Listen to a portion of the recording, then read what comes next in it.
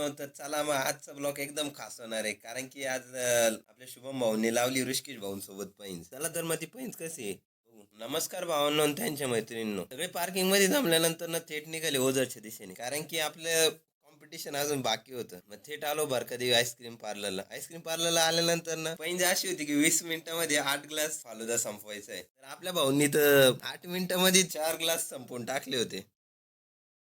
आता बघूया पुढं. 9 मिनिटांमध्ये 6 ग्लास संपलेले बरोबर. आणि आपले मोहन शेठ बी मस्तपैकी पाणीपुरती वरती भिडले होते.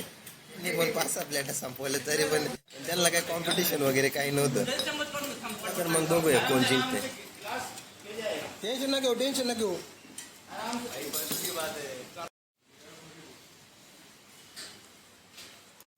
तो फायनली ऋषिकेश भोगावरे विजयी झाले.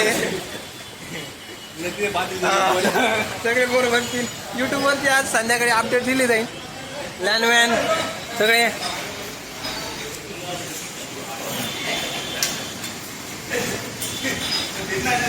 तर आपल्या ऋषिकेश दादा गावर यांना रोख स्वरूप आहे 400 रुपये आणि बाकीचं बिल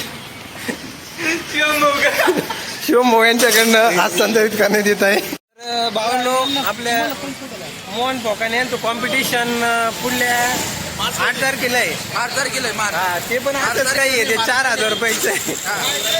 आणि एव्हा हे ओनर आहे त्या कॉम्पिटिशनचे.